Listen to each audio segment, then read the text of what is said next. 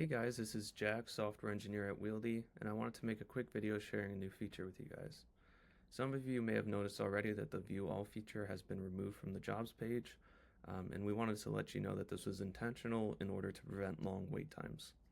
Instead, we now support two new Export All options, one for Excel and one for CSV, and these will generate and email a report of all your jobs, often in a matter of seconds. So to start, you simply want to head over to the jobs page, and then you will want to click on the export icon at the top.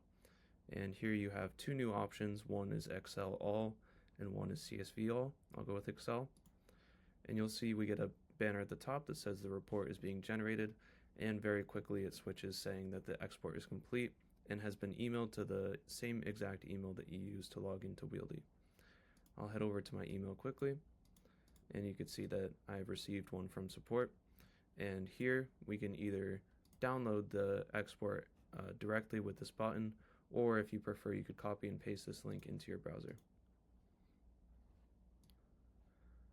Here you can see that the export contains a row for each job ID and all of the critical information, like what the latest result was, what its current status is, and when the job will next run.